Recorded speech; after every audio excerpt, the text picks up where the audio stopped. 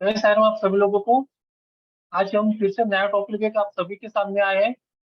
और याद रखिए हमारी फ्री क्लास भी पेड क्लास से कई गुना अच्छी रहती है। तो ये फ्री क्लास को भी आप ध्यान से सुनिए, लिखिए, समझिए। और ये केपी की हम नया टॉपिक ला रहे हैं, इसकी 4-5 क्लासेस भी लाएंगे फिर आप सभी लोगों के लिए। जो हमारी पेड क्लास ज्वाइन कर सकते हैं उनके लिए 3-4 क्लास आएंगी केपी की। आने वाले कुछ दिनों में जो भी फ्री क्लास रहेगी। आज फ्री क्लास की आज पहला दिन है केपी का। कुछ बेसिक बताएंगे, कुछ नए नए टॉपिक भी आपको बताए जाएंगे, कुछ ट्रिक्स भी आपको बताई जाएंगी। आप इसको चालू कीजिए। जी हाँ।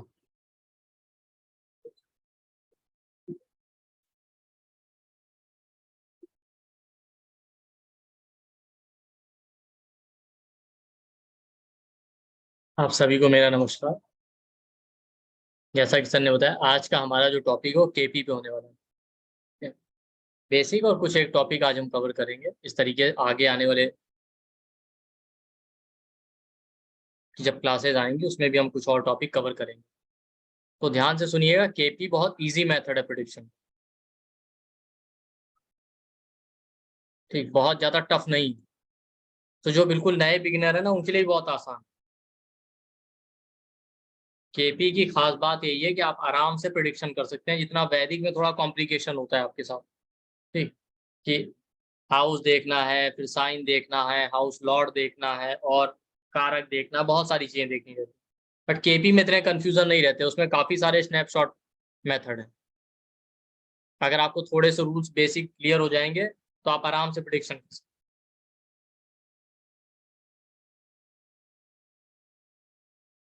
हैं। ठीक, तो आज हम एक टॉपिक लेंगे, थोड़ा सा बेसिक आपको बताऊंगा, उसके बाद मैरिज का टॉपिक लेंगे। उसको आप लोग ध्यान से सुनिएगा बहुत। और एक बार आपको बेसिक को समझ में आ गया ना, तो फिर कोई कंफ्यूजन नहीं रहेगा। और दूसरा मैं एक चीज क्लियर कर दूं, रूल्स बहुत सारे हो। ठीक है, किसी शास्त्र को आप पढ़ेंगे तो उसमें हजारों रूल्स, पर सारे रूल काम करें ये जरूरी नहीं। तो मेरा जो पढ़ाने का तरीका वो इस तरीके से कि मैं आपको टू द पॉइंट, जो प्रैक्टिकली एप्लीकेबल चीज, जो सीधे आप उठाएं और अप्लाई कर पाए, जिससे कि चाहे आप पुराने हो चाहे बिल्कुल नए बिगिनर भी है ना, वो भी आराम से प्रिडिक्शन कर। चाहे मेरी पहले भी जो क्लासेस है उसमें भी मैं इसी तरीके से पढ़ाता हूँ, जो प्रैक्टिकली एप्लीकेबल है, सीधे टू द पॉइंट में बात करें। तो हम आज भी वैसा ही करेंगे।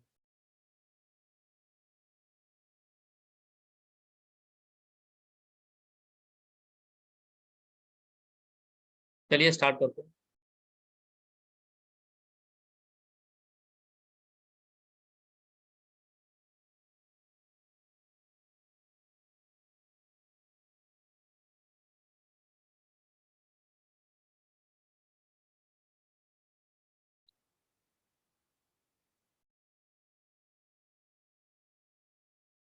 ठीक है,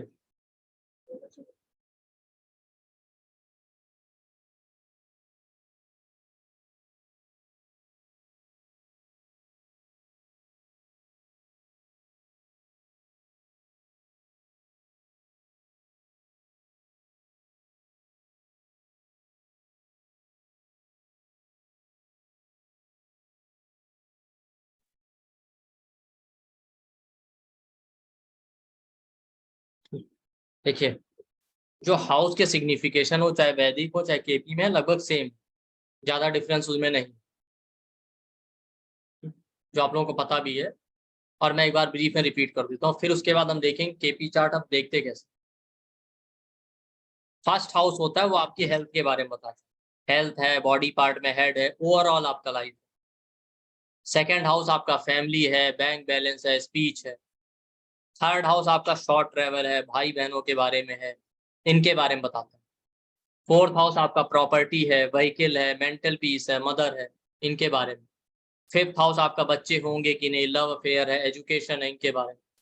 सिक्स्थ हाउस आपका लोन है, एनिमी है, कॉन्फ्लिक्ट है, जॉब है, और डिजीज, बीमारियों के बारे में। सेवेंथ हाउस आपका बिजनेस है, रिलेशनशिप है, मैरिज है। एट्थ हाउस इनहेरिटेंस है, पैतृक संपत्ति, इन लॉस के बारे में बताता है। नाइन्थ हाउस टीचर है, फादर है, हायर नॉलेज है। टेंथ हाउस आपका कैरियर है, नी जॉइंट के बारे में। इलेवेंथ हाउस आपका सैलरी है, डिजायर है, इच्छा पूर्ति। ट्वेल्थ हाउस बेडरूम का है, लॉस का है, कंफर्ट का है। तो ये हाउस के सिग्निफिकेशन। इसी तरीके से प्लेनेट के भी सिग्निफिकेशन है। और देखिए 12 राशियां होती हैं, हर राशि का भी सिग्निफिकेशन है और हर राशि का अपना एक नंबर होता है जो चार्ट में लिखा रहता है। एक नंबर एरीज कहते हैं मेष राशि को, जिसका लॉर्ड मार्स यानी मंगल है। 2 नंबर टॉरस यानी वृषभ राशि, जिसका लॉर्ड शुक्र है। 3 नंबर जेमिनाई यानी मिथुन राशि, जिसका लॉर्ड मरकरी यानी बुध है। 4 नंबर कैंसर यानी कर्क राशि, जिसका लॉर्ड मून यानी चंद्रमा है। 5 नंबर लियो यानी सिंह राशि, जिसका लॉर्ड सन यानी सूर्य है। 6 नंबर वर्गो यानी कन्या राशि, जिसका लॉर्ड मरकरी यानी बुध है। 7 नंबर लिब्रा यानी तुला राशि, जिसका लॉर्ड वीनस यानी शुक्र है। 8 नंबर स्कॉर्पियो यानी वृश्चिक राशि, जिसका लॉर्ड मार्स और केतु है, मंगल और केतु। 9 नंबर सेजिटेरियस यानी धनु राशि, जिसका लॉर्ड जुपिटर यानी बृहस्पति देव। 10 नंबर कैप्रिकॉन यानी मकर राशि, जिसका लॉर्ड सैटर्न यानी शनि देव। 11 नंबर एक्वेरियस यानी कुंभ राशि, जिसका लॉर्ड सैटर्न और राहु, शनि और राहु। 12 नंबर पाइशीज यानी मीन राशि, जिसके लॉर्ड बृहस्पति यानी गुरु है। इस तरीके से 12 राशियां हैं, उनके नंबर है, उनके स्वामी 12 और धातु के।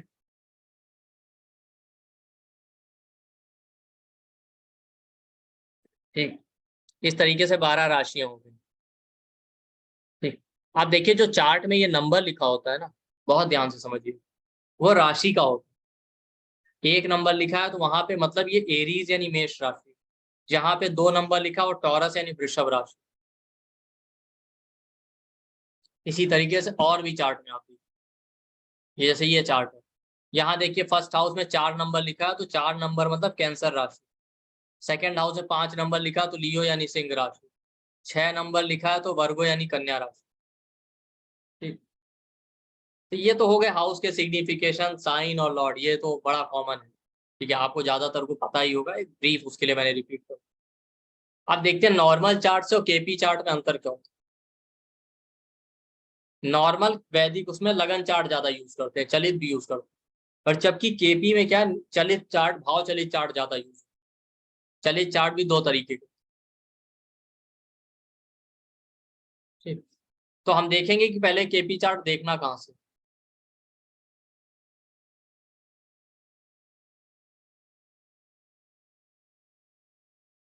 अभी कोई भी हैंड रेज ना करे, लास्ट में क्वेश्चन आंसर लेंगे, परेशान ना होइए, पहले समझ तो लीजिए।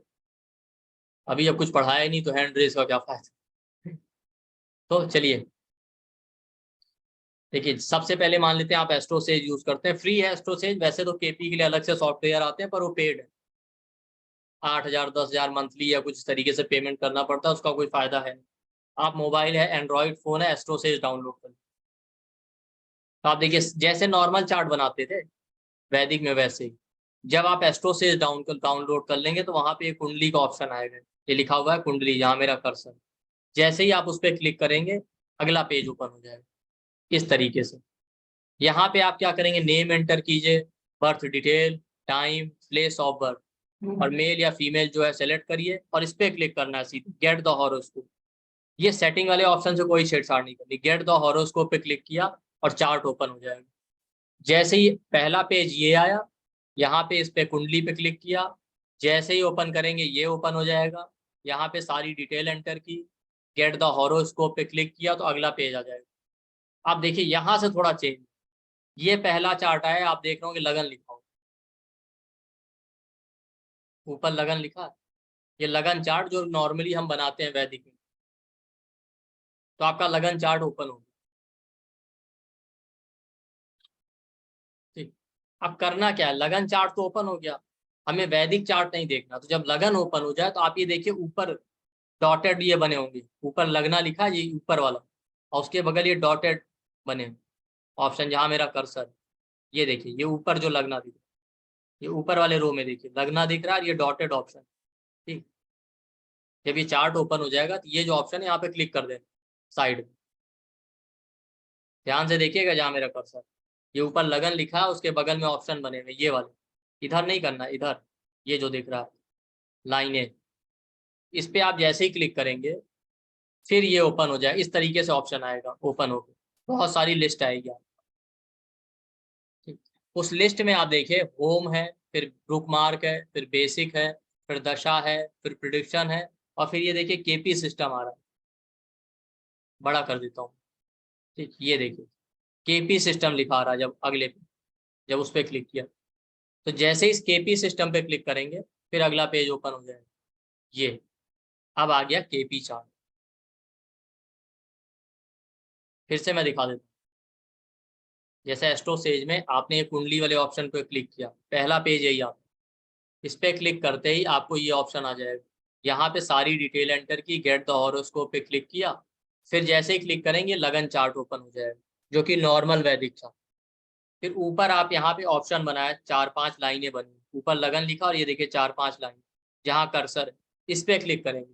जैसे ही इस पे क्लिक करेंगे आप तो अगला पेज ओपन हो जाएगा। ये इस तरीके से सारे ऑप्शन लिखे आ रहे हैं, होम, बुकमार्क, बेसिक, दशा, प्रिडिक्शन, केपी सिस्टम। इस केपी सिस्टम पे आप जैसे ही क्लिक करेंगे अगला पेज ओपन होगा, आएगा लिखा है केपी चार्ट। ये देखिए, देख रहे हैं, ये केपी चार्ट है जिसको आज हमें देखना। फिर इसके अगले पेज पे जाएंगे, स्लाइड करते हुए, फिर स्लाइड करते जाना और कुछ नहीं करना। तो देखिए राशि चार्ट आ गया। फिर अगले पेज पे स्लाइड किया तो इस तरीके से प्लैनेट की एक टेबल आ जाएगी, जिसमें ये देखिए ये लिखा है PLA प्लैनेट, ये उसकी डिग्री लिखी है। और यहाँ पे ध्यान से देखिएगा SL लिखा है। SL अभी मैं आपको बताऊंगा, इसको कहते हैं साइन लॉर्ड। कोई प्लैनेट किस राशि में बैठा है, उस राशि का जो स्वामी यानी लॉर्ड है वो साइन लॉर्ड। फिर ये देखिए लिखा NL, ये देखिए मैग्नीफाई कर दिया मैंने, SL साइन लॉर्ड। फिर NL का मतलब है नक्षत्र लॉर्ड। कोई ग्रह किस नक्षत्र में बैठा है, उस नक्षत्र का जो लॉर्ड है प्लैनेट, उसको कहते हैं NL नक्षत्र लॉर्ड। फिर लिखा SB कहते हैं सब लॉर्ड। फिर ये आ गया SS कहते हैं सब लॉर्ड। अब देखिए ये सारे कैलकुलेशन के पार्ट, साइन लॉर्ड और नक्षत्र लॉर्ड तो आप आराम से चार्ट में देख सकते हैं, बाकी SB और SS ये कैलकुलेशन के पार्ट। केपी चार्ट कैसे बना, फिर ये कैसे है, ये मैथमेटिकल कैलकुलेशन, उसमें आपको जाने की जरूरत नहीं, सब कुछ सॉफ्टवेयर में अवेलेबल है, आपको प्रिडिक्शन करना है। और एक चीज ध्यान रखिएगा, क्लाइंट को प्रिडिक्शन से मतलब होता है उसका प्रिडिक्शन जो आपने किया, जो गाइडेंस दिया वो सही है कि नहीं, इससे उसे मतलब होता है। उसे इस बात से मतलब नहीं कि रूल कौन सा लगाया, कैलकुलेशन कौन सी की, इससे कोई लेना देना। वो प्रॉब्लम में है, उसको अपनी प्रॉब्लम में रास्ता चाहिए, सही गाइडेंस। ये कैलकुलेशन का पार्ट है, मैथमेटिकल कैलकुलेशन है, इसमें आप चक्कर में मत पड़िए, कोई पढ़ाता भी नहीं आजकल ज्यादा। क्यों? क्योंकि वैसे तो देखा जाए जो चार्ट भी बना है ना, पहले तो ये चार्ट भी जो नॉर्मल हम लोग आज सॉफ्टवेयर से बनाते हैं, अब पहले तो लोग इसे मैनुअली ही बना लेते थे ना, अब कौन बनाता है? तो उसी तरीके से आप समझ,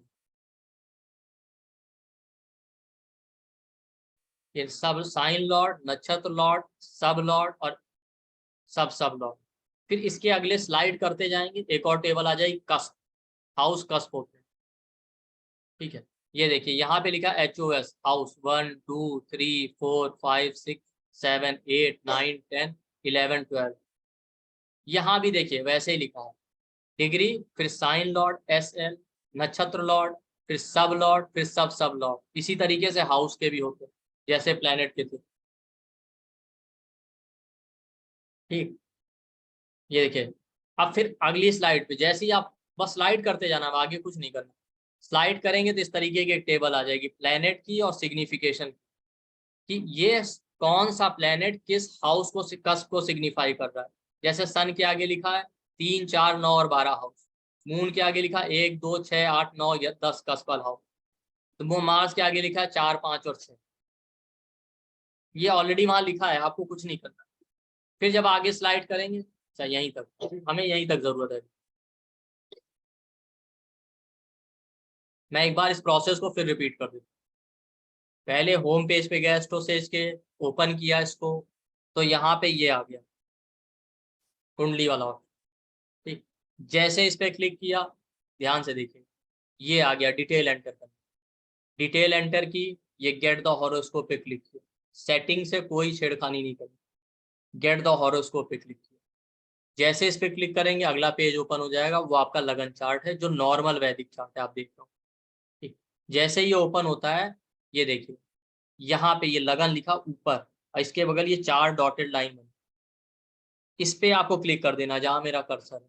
जैसे इस पे क्लिक करेंगे तो ये ओपन हो जाएगा, इस तरीके से ऑप्शन आएंगे, देखिए होम, बुकमार्क, बेसिक, ठीक है। ये देखिए दशा, प्रिडिक्शन और केपी सिस्टम। केपी सिस्टम वाले ऑप्शन पे जाके आपको क्लिक कर देना। केपी सिस्टम वाले ऑप्शन पे जैसे ही क्लिक करेंगे आप, तो ये केपी चार्ट लिखा हुआ है ऊपर ओपन हो जाएगा। इसी को आपने देखना है, नॉर्मल केपी। फिर अब बस आगे स्लाइड करते जाएंगे। स्लाइड करेंगे तो राशि चार्ट, फिर आगे स्लाइड करेंगे तो प्लेनेट की टेबल आ जाएगी। ठीक, अब देख ही रहे होंगे प्लेनेट की टेबल में ये लिखा है PLA मतलब प्लेनेट डिग्री। फिर ये SL, SL कहते हैं साइन लॉर्ड। कौन सा प्लेनेट किस साइन या राशि में बैठा उसका जो लॉर्ड है उसको साइन लॉर्ड कहते हैं। अभी हमने ऊपर देखा था ना कि कौन सी राशि या साइन का क्या लॉर्ड हो। फिर लिखा NL, NL का मतलब होता है नक्षत्र लॉर्ड। कौन सा प्लेनेट यानी ग्रह किस नक्षत्र में बैठा है उस नक्षत्र का जो स्वामी। फिर है SB, SB कहते हैं सब लॉर्ड। ठीक है, फिर है SS, सब लॉर्ड। अब देखिए साइन और नक्षत्र लॉर्ड तो कोई इजीली देख सकता है। फिर ये SB और SS जो है कैलकुलेशन से ही निकलेंगे। ये पूरा मैथमेटिकल कैलकुलेशन है, तो इसमें कंफ्यूज होने की जरूरत नहीं है, ऑलरेडी यहाँ दिया है, बस आपको यूज करना है। फिर देखिए अगला स्लाइड किया तो एक कस्प लिखा है, कस्प की टेबल आ गई। उसमें आप देखेंगे HOS लिखा, हाउस, डिग्री। फिर वही SL मतलब साइन लॉर्ड, नक्षत्र लॉर्ड, सब लॉर्ड। ये देखिए 1 2 3 4 इस तरीके से हाउस और ये प्लेनेट। फिर आगे स्लाइड किया, प्लेनेट के सिग्निफिकेशन। ये लिखा है प्लेनेट यानी ग्रह और किस हाउस को सिग्निफाई कर रहा है। सन सिग्निफाई कर रहा है 3 4 9 और 12 हाउस को। मून कर रहा है 1 2 6 8 9 10 को। मार्स कर रहा है 4 5 6। इस तरीके से तो यही बस यहाँ तक आपको यूज करना है, आगे भी ऑप्शन रहते हैं।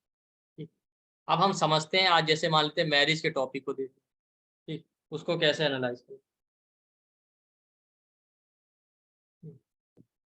मैंने अभी आपको हाउस के सिग्निफिकेशन बताया। ठीक,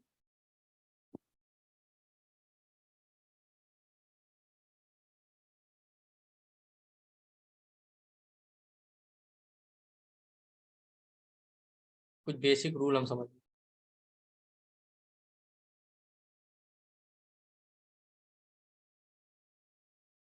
अच्छा एक सेकंड दीजिए आप।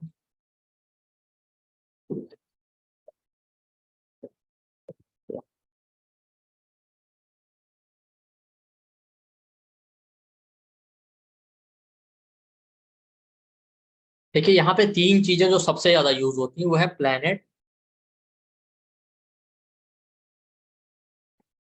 ठीक, सबसे ज्यादा जो यूज होती है वो है प्लेनेट। प्लेनेट बताता है सोर्स ऑफ इवेंट, कि कौन से इवेंट का क्या सोर्स ऑफ इवेंट होगा कहाँ से। फिर आप देख रहे होंगे नक्षत्र, नक्षत्र लॉर्ड हम यूज करते हैं कि इन्वॉल्वमेंट और रिजल्ट क्या होगा एक्चुअली उस इवेंट। ठीक है, फिर आता है सब लॉर्ड, सब लॉर्ड बताता है फाइनली क्वालिटी क्या होगी जो रिजल्ट आ रहा है, अच्छा होगा कि बुरा होगा। जैसे मान लेते हैं मून बैठा है चौथे घर में समझ लीजिए, और इसका जो नक्षत्र का लॉर्ड है वो 8वें घर में बैठा है, और उसका जो सब लॉर्ड है चंद्रमा का वो 11th हाउस में बैठा है। सॉरी ये 8th नहीं होगा, 11th। तो जो चौथा घर है ना वो सोर्स हो गया। तो चौथा घर किस चीज का है, घर का है, होम इन्वायरमेंट। 8वां घर किसका होता है, पेन का, ट्रबल का।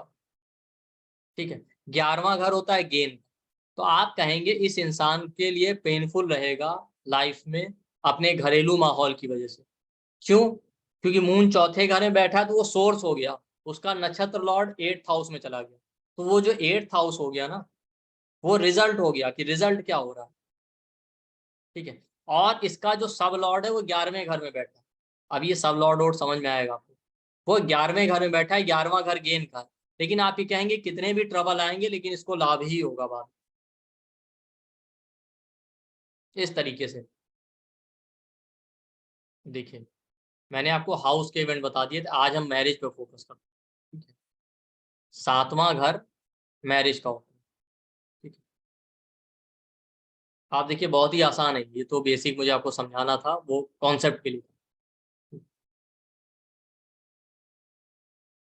एक चीज हमेशा याद रखिएगा, 6 8 12 वैदिक में भी हम जानते हैं, केपी में भी 6 8 12 घर हमेशा प्रॉब्लम। अब जरा ध्यान से सुनिए, 12वां घर लॉस का हो, लगन से। तो किसी भी घर से 12वां घर उसका लॉस ही बताता है, जैसे मैं चार्ट में लिखा। ये कॉन्सेप्ट समझने के लिए है, इतना आपको अप्लाई नहीं करना है, बस समझाने के लिए आपके पास लॉजिक होना चाहिए। बाकी अभी एप्लीकेशन पार्ट पे आएंगे तो इतना आसान है ना। जैसे ये देखिए 4 नंबर का लगन है, 12वें घर में 3 नंबर राशि आई जेमिनी, ये लॉस बता रही। तो किसी भी हाउस से जब 12वां घर गिनेंगे तो उस हाउस का लॉस है। फॉर एग्जाम्पल जैसे 7वां घर मैरिज का है जहां 10 नंबर लिखा, यहाँ से 12 काउंट कीजिए, 1 2 3 4 5 6 7 8 9 10 11 12। तो 7th से जब 12 काउंट किया तो 6th हाउस आ गया जहां लिखा है सेजिटेरियल। तो 7th हाउस मैरिज का है, 7वें से 12 काउंट किया तो 6th हाउस आया। तो 6th हाउस किसका होता है? लॉस ऑफ मैरिज, डिवोर्स का। तो 12वां घर लॉस का होता है, तो किसी भी हाउस से 12वां घर हमेशा उस हाउस के लिए लॉस का होगा। तो 7वें घर का लॉस कहाँ हो रहा है? छठे घर में, वहां से 12वें। इसी तरीके से छठा घर जो है कॉन्फ्लिक्ट या लड़ाई झगड़े का, लगन से। तो किसी भी हाउस से 6th हाउस कॉन्फ्लिक्ट और प्रॉब्लम देगा। जैसे मान लेते हैं मैरिज को ही लेते हैं, 7वां घर मैरिज का है, जरा यहाँ से 6 काउंट कीजिए, 1 2 3 4 5 6। तो 7वें से 6 काउंट किया तो 12th हाउस आ गया। तो 12th हाउस मैरिज में प्रॉब्लम देगा, तो 7वें से छठा है। इसी तरीके से 8th हाउस भी प्रॉब्लम का होता है। 8वां घर जो लगन से होता है वो सफरिंग का होता है। तो किसी भी हाउस से 8वां घर प्रॉब्लम देगा। तो जरा मैरिज की बात कर रहे थे तो 7वें से 8 काउंट कीजिए, 1 2 3 4 5 6 7 8। 7वें से 8वां काउंट किया तो 2nd हाउस आ गया। तो 2nd हाउस मैरिज के लिए अच्छा नहीं होता, भले परिवार का हो, क्योंकि 7वें से 8वां है। तो 6 8 और 12 प्रॉब्लम वाले हाउस। तो किसी भी हाउस से 6 8 12 वहां पे प्रॉब्लम दे, ये समझ लीजिए। ये तो जनरल रूल हो गया, ठीक है। 6 8 12 कहीं से भी प्रॉब्लम वाले हो। अब स्पेसिफिकली अगर मैरिज की बात करें, ठीक है, तो मैरिज में कौन कौन से हाउस इन्वॉल्व है? 7वां घर रिलेशनशिप यानी मैरिज का है, तो दूसरा घर फैमिली का है, परिवार का। तो भाई मैरिज होती है तो परिवार ही बढ़ता है ना। और फिर आप देखिए 11वां घर क्या है? 11वां घर लाभ का, ठीक है, लाभ का है या इच्छा पूर्ति का। किसी भी तरह की इच्छा हो उसके लिए 11वां भाव होना ही चाहिए। तो ये 2 7 और 11 बहुत इंपॉर्टेंट है मैरिज के लिए, जैसा आप देख रहे हो। अब यहीं पे फोकस कीजिएगा, बाकी वो सब जो समझाया सब। तो नॉर्मली 2 7 11 कंसीडर किए जाते हैं, ध्यान दिए जाते हैं मैरिज होने या ना हो। बट अभी थोड़ा सा चेंज है। आजकल जो मॉडर्न सिस्टम है केपी का, उसमें 5 7 और 11 को ज्यादा इंपॉर्टेंट दिया जाता है बजाय 2 7 11। उसका रूल क्या है? उसका नियम ये है कि अभी मैंने बताया कि 7वां घर मैरिज का होता है, तो 7th हाउस से जब 8 काउंट करेंगे तो 2nd आता है। तो 8th हाउस क्या कहा था? प्रॉब्लम का। इसीलिए अब लोग 2nd हाउस को अवॉइड करते हैं। ये देखिए भाई, ये 7वां घर मैरिज का जहाँ 7 नंबर लिखा है, यहाँ से 8 काउंट की, 1 2 3 4 5 6 7 8। यहाँ से 8 काउंट करने पे 2nd हाउस आता है। इसलिए आजकल 2nd हाउस को भी अवॉइड करते हैं, 5th 7th और 11th को ज्यादा इंपॉर्टेंस देते हैं मैरिज के लिए, ठीक। तो ये ज्यादा इंपॉर्टेंट। उसके अलावा देखिए मैंने और लिखा कि 6th 4th 10th 8th और 12th हाउस निगेटिव है मैरिज के लिए। ये मैरिज होने या मैरिज होने के बाद प्रॉब्लम ही देते, या तो होने ही नहीं देते। तो आपने अभी 6th हाउस को मैंने समझा दिया था कि 7 से काउंट करेंगे तो 12 आएगा, इसलिए लॉस देता है मैरिज का। एक बात, 12th हाउस भी मैंने बता दिया था। 12th हाउस क्या है? 7th हाउस से काउंट करेंगे तो 6 आएगा, तो किसी भी हाउस से 6th हाउस प्रॉब्लम देता है। 8th house in general problem का।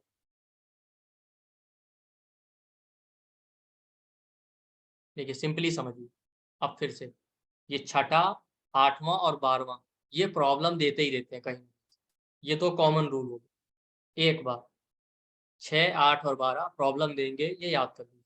6th हाउस लड़ाई झगड़ा बीमारी का है, 8th house emotional ups and down suffering pain का है, 12th हाउस लॉस। एक गोल्डन रूल ये हो गया। दूसरा रूल क्या कहता है? कि 6, 8, 12 प्रॉब्लम के होते हैं, तो किसी भी हाउस से भी जो 6, 8, 12 आएंगे वो प्रॉब्लम के होंगे। तो ये तो जनरल हो गया कि 6, 8, 12 प्रॉब्लम, पर किसी भी हाउस से जो 6, 8, 12 है वो भी प्रॉब्लम है। जैसे 7वें घर से हमने 12 काउंट किया, तो 1, 2, 3, 4, 5, 6, 7, 8, 9, 10, 11, 12। तो 7वें घर से 12 काउंट किया तो 12th हाउस आ रहा है, 6th हाउस, प्रॉब्लम है मैरिज की। 7वें घर से जरा 6 काउंट कीजिए, 1, 2, 3, 4, 5, 6, तो 12th हाउस आएगा, तो भी प्रॉब्लम देगा मैरिज। तो 6 और 12 तो वैसे भी प्रॉब्लम के थे ही, और 7वें से भी काउंट करने पे आ ही रहे। और 8वां हमने बताया ही था 6, 8, 12 प्रॉब्लम के ही होते। आप जरा 7 से 8 भी काउंट कर लीजिए, 1, 2, 3, 4, 5, 6, 7, 8। 7 से 8 काउंट किया तो सेकंड हाउस है। तो क्या है, 6, 8, 12 मैरिज के लिए प्रॉब्लम नहीं, क्योंकि 6, 8, 12 इन जनरल एक तो प्रॉब्लम के हैं, दूसरा हर हाउस से 6, 8, 12 प्रॉब्लम देता है। वो रूल भी आपने अप्लाई किया तो 7वें घर से 12वां काउंट करने पे छठा घर आ रहा था, 7वें घर से छठा काउंट करने पे 12वां आ रहा था, और 60वें घर से जब 8वां काउंट किया सेकंड आया तो सेकंड को भी इंक्लूड कर लिया। तो 2, 6, 8 और 12 प्रॉब्लम देते हैं। हालांकि सेकंड हाउस फैमिली का होता है, इसलिए इसको उतनी प्रॉब्लम वाला नहीं मानते, बस ये एक्सेप्शन। तो सिंपली आपको ये पता होना चाहिए, ये याद रखिए कि 5, 7, 11 बहुत इंपॉर्टेंट है मैरिज होने के लिए, और दूसरा भी ठीक है। 6, 4, 10, 8, 12 प्रॉब्लम देते। अब 4 और 10 क्यों प्रॉब्लम देते? क्योंकि सिंपली मैरिज के लिए सबसे इंपॉर्टेंट कौन से हाउस? 7वां घर विवाह का है, 5वां घर लव अफेयर प्रेम का है, 11वां घर इच्छा पूर्ति। तो अभी हमने एक रूल पढ़ा था कि किसी भी हाउस से 12वां घर और छठा घर और 8वां घर प्रॉब्लम देते। तो 5th हाउस भाई लव रिलेशन भी मैरिज का एक इंपॉर्टेंट पार्ट है। तो जरा 5th से 12th काउंट कीजिए, 1, 2, 3, 4, 5, 6, 7, 8, 9, 10, 11, 12। जब 5th से 12 काउंट किया तो 4th हाउस आ, लॉस ऑफ लव या रिलेशनशिप। तो भाई जब जिस मैरिज में प्रेम ही नहीं रहेगा तो मैरिज कैसे? इसलिए 4th हाउस भी बहुत अच्छा नहीं है मैरिज के लिए। 5वें से 12वां, जरा 5वें से छठा काउंट कीजिए, 1, 2, 3, 4, 5, 6। 5वें से छठा काउंट किया तो 10th हाउस है। हमने क्या पढ़ा था, किसी भी हाउस से 6, 8, 12 प्रॉब्लम देते, इसे 10th हाउस भी बहुत अच्छा नहीं माना जाए। अच्छा, एक दूसरा नियम अगर देखें 10वें के लिए, तो 11वां घर इच्छा पूर्ति का है। अभी हमने पढ़ा है कि 5th, 7th और 11th बड़े इंपॉर्टेंट है मैरिज। तो जब आप 11th हाउस इच्छा पूर्ति से काउंट कीजिए जरा, 1, 2, 3, 4, 5, 6, 7, 8, 9, 10, 11, 12। तो यहाँ से भी 12th आ रहा है, 5th से 6th आ रहा था, 11वें से 12वां आ रहा है काउंट करना। अच्छा 4th देखिए, 11 से 5th से हमने काउंट किया 4th हाउस तो 12वां आ रहा था, इसलिए प्रॉब्लम है। जरा 11वें से भी काउंट कीजिए, 1, 2, 3, 4, 5, 6। तो इच्छा पूर्ति वाले हाउस से चौथा घर 6th आ रहा है, मतलब इच्छा पूर्ति में बात है, इसलिए 4th और 10th को अच्छा नहीं मानते। तो सिंपल ये लॉजिक आपको समझाने के लिए था, आपको किसी को पढ़ाना हो समझाना हो तो आपको पता होना चाहिए, वरना आप ये सिंपल याद कर लीजिए। इस स्लाइड का स्क्रीनशॉट भी ले सकते हैं, क्योंकि फ्री क्लास है, पीडीएफ आपको मिलेगा नहीं, लेकिन इसका आप स्क्रीनशॉट ले सकते हैं। कि 7वां घर मैरिज के लिए इंपॉर्टेंट है, दूसरा घर फैमिली है, 11वां घर लाभ भाव। तो 2, 7, 11 इंपॉर्टेंट होते हैं मैरिज के लिए। 2, 7, 11 इंपॉर्टेंट है मैरिज, बट ज्यादातर आजकल 5, 7, 11 देखा जाता है। तो मोटे मोटे तौर पे आप समझ लीजिए कि 5, 7, 11 और 2 ये चारों इंपॉर्टेंट है। 2 थोड़ा बहुत प्रॉब्लम देता है पर अकेले नहीं। जो ज्यादा प्रॉब्लम देने वाले हाउस है वो छठा, चौथा, 10वां, 8वां और 12वां। सिंपली 6, 8, 12, 4 और 2।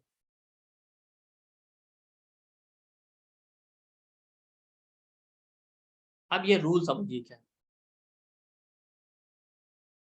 प्रॉमिस ऑफ मैरिज का, पहले इसको समझ लीजिए, ये भी स्क्रीनशॉट ले लीजिए कि 7th हाउस का सब लॉर्ड, जो अभी टेबल हम देखेंगे, 2, 5, 7, 11 हाउस को सिग्निफाई कर रहा हो तो मैरिज हो जाए। 7th हाउस का सब लॉर्ड एक रूल कहता है 5 या 11 हाउस को सिग्निफाई करे तो मैरिज हो जाएगी। 7th हाउस का सब लॉर्ड 3, 5, 7 हाउस को सिग्निफाई करे तो भी मैरिज हो जाएगी। 7th हाउस का सब लॉर्ड 7 और 11 हाउस को सिग्निफाई करे तो मैरिज हो जाएगी। मतलब इनमें से किसी को भी कोई भी रूल फिट बैठ जाए तो मैरिज। अब देखिए, ऐसा जरूरी तो नहीं 7th हाउस का सब लॉर्ड 2, 5, 7, 11 चारों को करे, ये जरूरी तो नहीं ना। किसी एक को भी कर दे, दूसरे को या 5वें को या 7वें को या 11वें को, तो भी चांस है। इसी तरीके 7th का सब लॉर्ड 5 या 11 में से किसी को भी कर दे तो भी चांस है। बट जितने ज्यादा हाउसेस को सिग्निफाई करेगा पॉजिटिव हाउसेस को या मैरिज वाले हाउसेस को जो यहाँ दिए गए, उतने ज्यादा स्ट्रॉन्ग चांसेस। और जितने ज्यादा निगेटिव हाउस को सिग्निफाई करेगा उतने वीक चांसेस। जैसे भाई हमने अभी सिंपली क्या पढ़ा, रूल यही है, आपको सिंपल ये याद रखना कि 6, 8, 12, 4 और 10 मैरिज में प्रॉब्लम है, 5, 7, 11 और दूसरा ये अच्छे हैं मैरिज।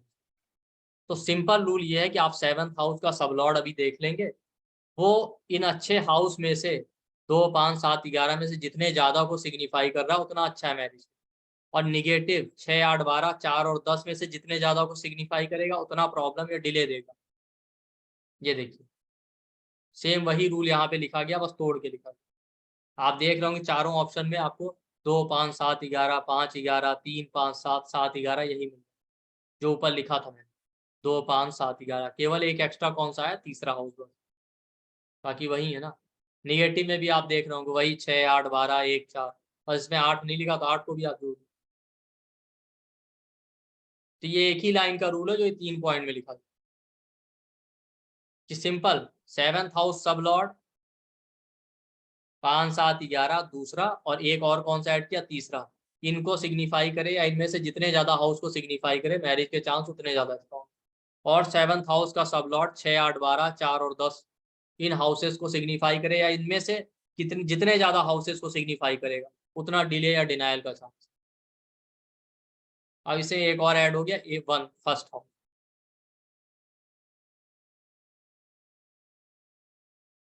अब देखिए सिंपल रूल है, बस ये 2 स्लाइड आप याद रखिए, अभी देखिए क्या हो। ये चार्ट हमने बना लिया था, समझा दिया था। अब देखिए सिंपली याद रखिएगा, मैंने आपके लिए सीक्वेंस बना दिया कि पहले आप जाएंगे हाउस वाली टेबल, ठीक, बस इस सीक्वेंस को फॉलो कर लिया, कुछ नहीं होगा। हाउस वाली टेबल पे जाएंगे और जिस भी हाउस की बात करनी होगी उसमें सबसे पहले ये सब लॉर्ड देखना है, SB, ये 1 नंबर लिखिए। सबसे पहले ध्यान रखिएगा हाउस वाले टेबल में सब लॉर्ड देखना, कस्प वाली टेबल।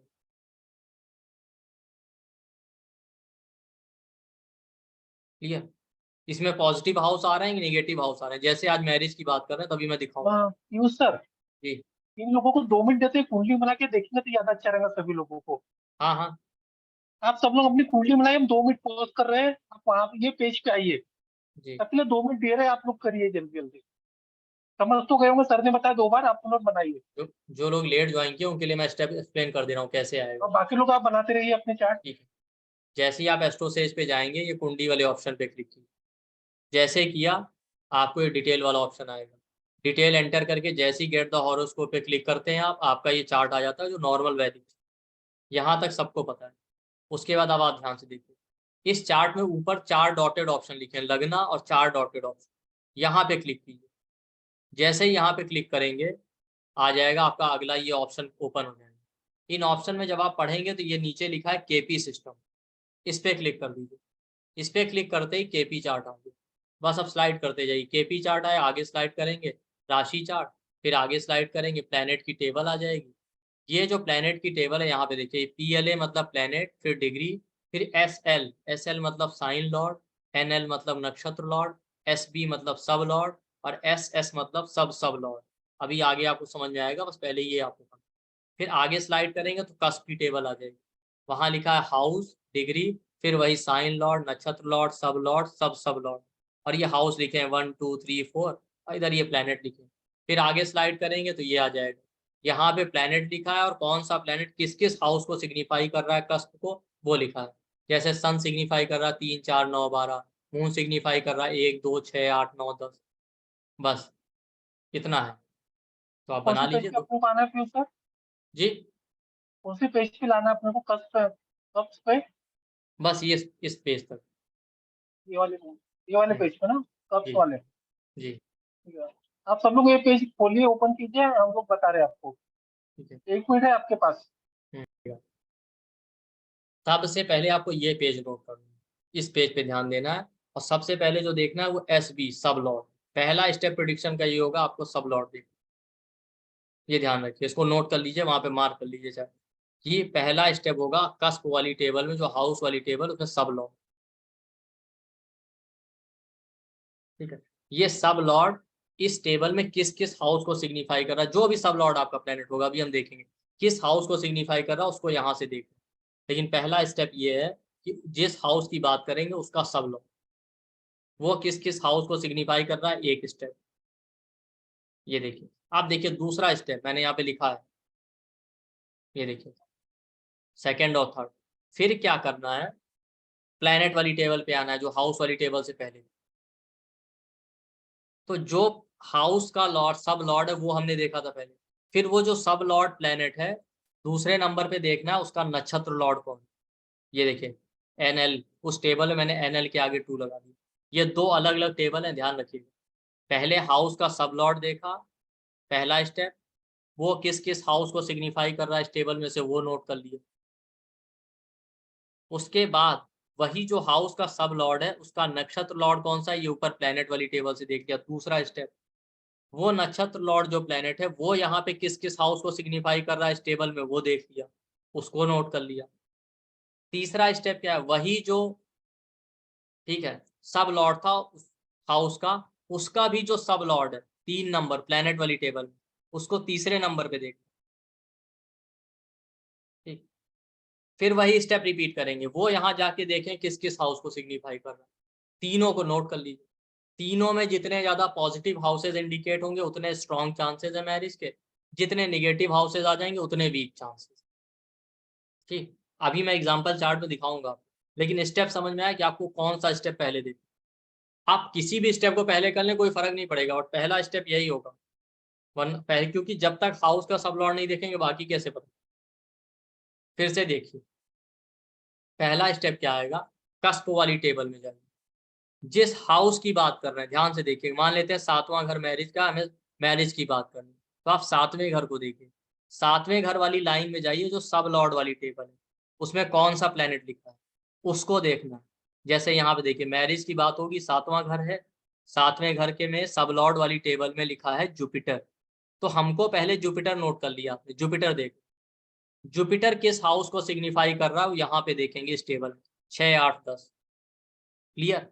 अब दूसरा स्टेप क्या है, इस जुपिटर का प्लैनेट वाली टेबल में जाके देखिए नक्षत्र लॉर्ड कौन, ये देखिए, ये जैसे जुपिटर यहाँ लिखा, देखिए इसका नक्षत्र लॉर्ड NL वो है राहु, तो आपने वो नोट कर लिया राहु।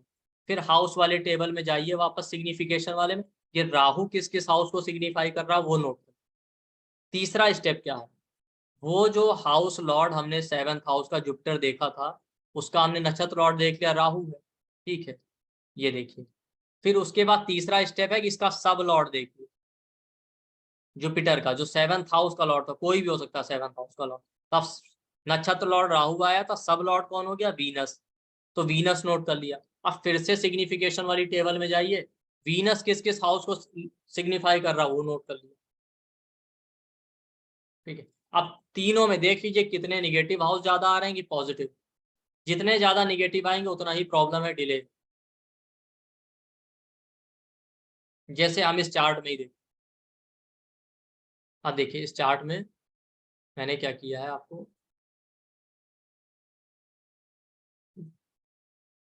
अब जो ऊपर चार्ट था ना, ये देखिए, ये जो ऊपर दोनों टेबल थी इसी को मैंने एक में कर दिया। ठीक है, ये वाली और ये हाउस वाली जिससे सामने आमने आपको दी। तो अब इस चार्ट में इनका मैरिज नहीं हुआ, ठीक है, या डिले है। तो अब इस चार्ट में हम क्या देखेंगे, मैरिज के लिए कौन सा हाउस है, 7वां घर। ठीक है, 7वें घर का हमें सब लॉर्ड देखना, पहला स्टेप। देखिए हम क्या गए, 7वें घर में गए, अब ठीक सामने चले जाइए, सब लॉर्ड वाली लाइन SB, तो 7वें घर के आगे सब लॉर्ड में क्या लिखा है, यहाँ जुपिटर लिखा है, तो मैंने देखिए यहाँ पे लिख दिया 7th हाउस सब लॉर्ड SB, वो है जुपिटर। अब हमें क्या देखना है इस हाउस वाली टेबल में कि जुपिटर किस किस हाउस को सिग्निफाई कर रहा है, कस्प को। जुपिटर कर रहा है 6, 8 और 10, लिख दिया हमने। क्लियर। अब देखिए, अब यही जो 7th हाउस का सब लॉर्ड हमने जुपिटर देखा था, उसके हाउस नोट कर लिए किसको सिग्निफाई कर रहा है। अब इसका देखेंगे नक्षत्र लॉर्ड कौन है, NL, वो कहाँ देखेंगे, वो ऊपर प्लेनेट वाली टेबल, ये देखिए यहाँ पे। तो आप जाइए जुपिटर और इसमें NL वाली लाइन में जाइए, तो जुपिटर के सामने क्या लिखा है आप देखेंगे, जुपिटर के सामने लिखा है राहु, ठीक है, नक्षत्र लॉर्ड। दूसरा स्टेप, अब देखिए राहु किस किस हाउस को सिग्निफाई कर रहा है, राहु कर रहा है 4 और 10। अब देखिए मैंने यहाँ पे लिख दिया है, जुपिटर का नक्षत्र लॉर्ड NL राहु है, राहु 4th और 10th हाउस को सिग्निफाई कर। Second step. तीसरा स्टेप, इसी जुपिटर का सब लॉर्ड देखेंगे कौन, SB, वो भी वही टेबल में तीसरे नंबर पे मैंने मार्क किया, ठीक है। ये देखिए जुपिटर, इसमें आ जाइए, अब आप नक्षत्र लॉर्ड हमने ले लिया, तो SB वाले में सब लॉर्ड वाली लाइन क्या लिखा है, वीनस, ठीक, क्लियर। ये वीनस किस किस हाउस को सिग्निफाई कर रहा है वो नोट कर लिया हमने, 4, 10 और 11। ये देखिए इसी टेबल में 4, 10 और 11 वीनस के आगे लिखा, क्लियर। अब ये तीनों आ गए। अब आपको पता है मैरिज के हाउस कौन से, 2, 5, 7, 11 और 3 ऊपर लिखा था रूल्स में। ये देखिए मैरिज के हाउस कौन से, 2, 5, 7, 11 और 2, ठीक है। यहाँ पे भी क्या लिखा था, मैरिज पे प्रॉमिस में क्या लिखा है, सब में आप जाइए 2, 5, 7, 11 मिल रहा है, एक तीसरा और जुड़ गया है, तो 2, 5, 7, 11 और थर्ड हाउस, ये मैरिज का प्रॉमिस बताएं। निगेटिव हाउस कौन से थे जो डिले दे रहे थे, 6, वो भी ऊपर भी क्या लिखा था हमने, 6, 8, 12, 4 और 10। यहाँ भी क्या लिखा है, वही लिखा है ना, 6, 6, 12, 10, 4, एक ऑन ऐड हुआ फर्स्ट हाउस, 6, 8, 12, 4 और 10 ऊपर लिखा है, तो एक और ऐड हो गया, तो 6, 8, 12, 4th, 10th और फर्स्ट हाउस, ये नेगेटिव है सिंपली। 8वां यहाँ लिखा नहीं, पर 8वां हर किसी के लिए प्रॉब्लम देता है, ये आप याद रखिए। अब आपको ये 2 रूल बताते, करना कुछ नहीं, अब इसमें कंपेयर कर लीजिए, सब टेबल में दिया है कि कितने हाउस आ रहे हैं। आप देखिए 7th हाउस का सब लॉर्ड जुपिटर किसको सिग्निफाई कर रहा है, 6, 8 और 10 हाउस, तीनों ही निगेटिव है मैरिज के लिए, राइट। इसमें से 2, 5, 7, 11 तो कहीं आ ही नहीं। उसका नक्षत्र लॉर्ड राहु, वो भी किसको सिग्निफाई कर रहा है, 4 और 10, इसमें भी 2, 5, 7, 11 कहीं नहीं है। अब जुपिटर का सब लॉर्ड जो है वीनस, वो सिग्निफाई कर रहा है 4, 10 और 11 को, इसमें से भी 4 और 10 निगेटिव है, केवल 11 पॉजिटिव है। तो आप चारों में देखिए केवल एक 11th हाउस ही पॉजिटिव है, बाकी सब तो निगेटिव हाउस आ रहे हैं। तो आप सिंपली कह सकते हैं मैरिज होने के योग, ना होने के योग तो 90%, केवल 5 से 7% योग है कि हो सकती है। तो वाकई बहुत डिले है इनके मैरिज में, 35, 6 का एज हो गया अभी तक नहीं। मतलब कितना सिंपल है, बस आपको 2 लाइन का रूल है। केपी में इसी तरह के कॉम्बिनेशन होते हैं, आपको पता होने चाहिए, सब टेबल बनी रहती है, आपको कर लेंगे। एक और चार्ट पे मैं आपको दिखाता हूँ, अब वहां मैं पूरा प्रोसेस नहीं रिपीट करूंगा कि कैसे हमने केपी चार्ट बनाया। सीधे देखिए केपी चार्ट आया, उसके बाद हम गए प्लेनेट की टेबल पे, ठीक है, कस्प वाली टेबल पे हाउस सिग्निफिकेशन। अब देखिए पहले हमारा क्या रूल है, जो इवेंट देखना उससे रिलेटेड हाउस, मैरिज देखनी है तो कस्प वाली टेबल में 7th हाउस पे, 7th हाउस के सामने अब हमको क्या देखना, SB सब लॉर्ड, पहला स्टेप। 7th हाउस में क्या है, जुपिटर सब लॉर्ड, क्लियर, नोट कर लिया। अब ये देखिए जुपिटर किस किस हाउस को सिग्निफाई कर रहा है, 1, 4, 6 और 11। सिंपली हमने क्या लिख दिया, 7th हाउस सब लॉर्ड इज जुपिटर, 1, 4, 6, 11, ठीक। अब दूसरा स्टेप क्या है, ये जो जुपिटर है वो प्लैनेट वाली टेबल में इसका नक्षत्र लॉर्ड कौन, ये देखिए प्लैनेट की टेबल है, यहाँ जुपिटर, ठीक सामने जाइए तो नक्षत्र लॉर्ड NL वाले लाइन में वीनस लिखा। अब हम क्या देखेंगे कि वीनस किस किस हाउस को सिग्निफाई कर रहा है, वो कर रहा है 1, 6, 9, 11 और 12, ठीक, वो हमने नोट कर दिया। नक्षत्र Lord of Jupiter is Venus, 1, 6, 9, 11 और 12 कस्पल हाउस। अब तीसरा स्टेप क्या है, उसी जुपिटर का सब लॉर्ड देखिए, नक्षत्र लॉर्ड देख लिया था, अब इसका सब लॉर्ड, सब लॉर्ड SB वाले लाइन में गए, क्या आया, सैटर्न। अब सैटर्न किस किस हाउस को सिग्निफाई कर रहा है वो देखिए, सैटर्न सिग्निफाई कर रहा है 1, 2, 3, 4, 11, इसको हमने नोट कर दिया, 1, 2, 3, 4, 11। अब आप देखिए मैरिज के हाउस कौन से, 2, 5, 7, 11, ठीक है। अब आप देखिए इसमें भी क्या है, 1 4 6 11 में से केवल 11 पॉजिटिव, बाकी 3 निगेटिव। नक्षत्र लॉर्ड जो जुपिटर का वीनस है उसमें क्या आ रहा है, 1 6 9 और 11 12, केवल 11वां पॉजिटिव, बाकी 1 6 12 तो निगेटिव है। 9 को तो चलिए छोड़ ही दीजिए, तो फॉर्च्यून का है, वो अच्छा ही है, बट 1 6 12 तीनों निगेटिव है। सब लॉर्ड ऑफ जुपिटर क्या है, सैटर्न। इनका अब इसमें देखिए सैटर्न किसको सिग्निफाई कर रहा है, 1 2 3 4 और 11। आप सब में देखेंगे ना, केवल कॉमन क्या आ रहा है, 11वां घर सब में आ रहा है, उसके अलावा एक इसमें आ गया तीसरा। तो मोटे मोटे तौर पे ज्यादातर हाउस निगेटिव है, केवल 11वां हाउस सब में एक पॉजिटिव है, टोटल सब में निकाला जाए। और इसमें लास्ट वाले में तीसरा भी आ गया, दूसरा भी आ गया। दूसरा बहुत अच्छा नहीं मानते आजकल, हमने बताया ना, दूसरा भी क्या होता है, 7वें से 8वां, तो प्रॉब्लम ही देगा। तो मान लेते हैं बहुत सारे अच्छे हाउस हो, तब तो दूसरा उतना प्रॉब्लम नहीं देगा, लेकिन जब वाकई इतने सारे निगेटिव है तो दूसरा भी एड ऑन ही करेगा प्रॉब्लम, कोई बहुत सपोर्ट नहीं करेगा। तो आप देखेंगे इसमें पॉजिटिव हाउस केवल सब में 11 ही आ रहा है, अगर एक 3 को भी थोड़ा बहुत इंक्लूड कर लिया जाए तो छोड़ के, बाकी ज्यादातर निगेटिव हाउस आ। तो इनका 39 का एज हो गया, अभी आज ही मेरे पास कंसल्टेशन के लिए आया था, मैरिज अभी तक।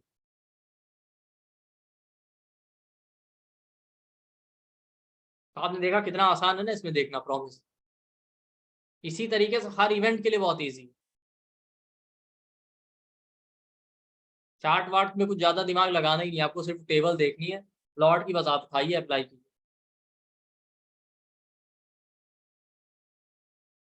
अब जब हाउस वाले टेबल में जाएंगे ना तो आप ये देख सकते हैं कौन सा प्लेनेट मैरिज दे सकता है। वही प्लेनेट मैरिज देगा जो मैरिज वाले हाउस को सिग्निफाई कर रहा होगा पूरे चार्ट में। जैसे सन देखिए 7वें घर को सिग्निफाई कर रहा है, मरकरी 7वें को कर रहा है, ठीक है। ये दो हैं, मरकरी और सन, जो दोनों 7वें को कर रहे हैं, 5 7 11 को जो कर रहे होंगे वही मैरिज दे सकते हैं। जिसमें से 7वां तो स्पेशली मैरिज का है, तो सन और मरकरी 7वें को सिग्निफाई कर रहे हैं तो मैरिज दे सकते हैं। तो कभी इनका टाइम पीरियड आएगा तो हो सकता है, ये चांस है। बट वैसे आप देखिए प्रॉमिस नहीं है और मैरिज हुआ भी नहीं, क्योंकि पहले तो प्रॉमिस ही होना चाहिए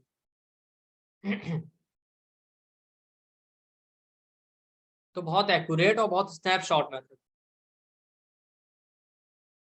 तो आज हमने एक टॉपिक लिया केवल मैरिज का, इसीलिए अब आप आराम से चेक कर सकते हैं होगी कि नहीं होगी। अगर मान लेते हैं ऐसा होता कि 1 4 6 11 में 2 पॉजिटिव हाउस होते हैं 2 निगेटिव, इसमें 2 पॉजिटिव होते 3 निगेटिव, इसमें 2 पॉजिटिव 3 निगेटिव, तो आप कह सकते थे ठीक ठाक चांस है मैरिज। बहुत अच्छे तो नहीं है, आप ये कह सकते थे मान लीजिए 70-30 का, 7 ज्यादातर हाउस निगेटिव और 70% चांस। इस तरीके से आप निकाल सकते हैं, जितने ज्यादा निगेटिव हाउस उतना प्रॉब्लम, जितने पॉजिटिव हाउस उतना। तो आपने देख लिया ऊपर जितना मैंने समझाया तो लॉजिक समझाने के लिए था, बेसिक रूल तो सिर्फ यही था, आपको लॉजिक पता हो चाहे ना पता। चलिए इसके रिगार्डिंग कोई क्वेरी हो तो ले लेते। पहले क्लास को बता दीजिए, जी सर, एक जिनको डाउट है हैंड रेज कीजिए। देखिए हमारा केपी पे 10 डेज का पूरा कोर्स आ रहा है, जिसमें हम सारे इसी तरीके के इवेंट के कॉम्बिनेशन कैसे प्रिडिक्शन करना उसको इंक्लूड करेंगे। ठीक, ये क्लास हमारी 12 जून से 21 जून तक हाँ, होगी, थोड़ा 10 उसको डेज। मिनिमाइज कीजिए। अच्छा एक सेकंड, अब ठीक है। अब नीचे लो, अब ठीक है। हाँ ठीक है, केपी का बेसिक से एडवांस पूरा कोर्स आ रहा है प्रोफेशनल, जो 12 जून से 21 जून तक होगा, शाम को रात को 7 बजे से 8:30 बजे तक। ठीक, इसमें आपने देखा 150 प्लस कॉम्बिनेशन हम डिफरेंट इवेंट के लेंगे, और मैं आपको बता भी देता हूँ क्या क्या टॉपिक हम कवर करने वाले हैं। ये बेसिक है, टॉपिक हम बहुत सारे कवर करेंगे। बेसिक जो पार्ट है वो नक्षत्र, उनके लॉर्ड कौन होते हैं, हेल्थ कैसे देखें, डिजीज कैसे देखें, जॉब और बिजनेस का योग देखें, लव मैरिज है, डिनायल ऑफ मैरिज है, ब्रेकअप है, डिवोर्स के क्या कॉम्बिनेशन, प्रॉपर्टी परचेज और सेल के, एक्स्ट्रा मैरिटल अफेयर के, जेल के, कोर्ट केस के, फेम और पॉपुलैरिटी के क्या कॉम्बिनेशन है, एजुकेशन में प्रॉब्लम है उसके क्या कॉम्बिनेशन है, लोन मिलने के क्या कॉम्बिनेशन होते हैं, लोन रिपे होने के क्या कॉम्बिनेशन, स्पाउस का लोकेशन है, डायरेक्शन है, डिस्टेंस है, ये कैसे देखें। ठीक, और उसके अलावा फॉरेन ट्रैवल का, फॉरेन सेटलमेंट का, हायर एजुकेशन का, स्पिरिचुअल ग्रोथ का, ये सब हम देखेंगे। टाइमिंग कैसे करें इवेंट का, रेमेडी कैसे करें प्रॉब्लम का, ये मोटा मोटा। इसके अलावा भी और क्या क्या कॉम्बिनेशन हो सकते हैं वो भी हम देखें, ठीक है। और इसमें मोर देन 150 प्लस कॉम्बिनेशन हम लेंगे, जिसका एनर्जी एक्सचेंज है आप देखिए 5555, 5555। तो थोड़ा फोन नंबर बता दीजिए। जी हाँ, एक सेकंड। हाँ, इसमें फ़ोन नंबर जो है हमारा लिखा हुआ है, आप देखिए, बैंकिंग डिटेल ऑफ फ़ोन, अब नीचे लाइए, मैं बोलता हूँ, नीचे लाइए आप। ये लाइए। ये जिसको भी इंटरेस्ट हो हमारे नंबर पे कांटेक्ट कर सकता है। हमारा नंबर है, मोबाइल नंबर, व्हाट्सएप नंबर 9990369555। ये हमारा पेटीएम नंबर, गूगल पे नंबर, फोन पे नंबर है। पेमेंट करने के बाद आपको स्क्रीनशॉट इसी नंबर पे भेजना है। हमारा फर्स्ट पेज पे लाइए प्लीज सर। हाँ सर, एक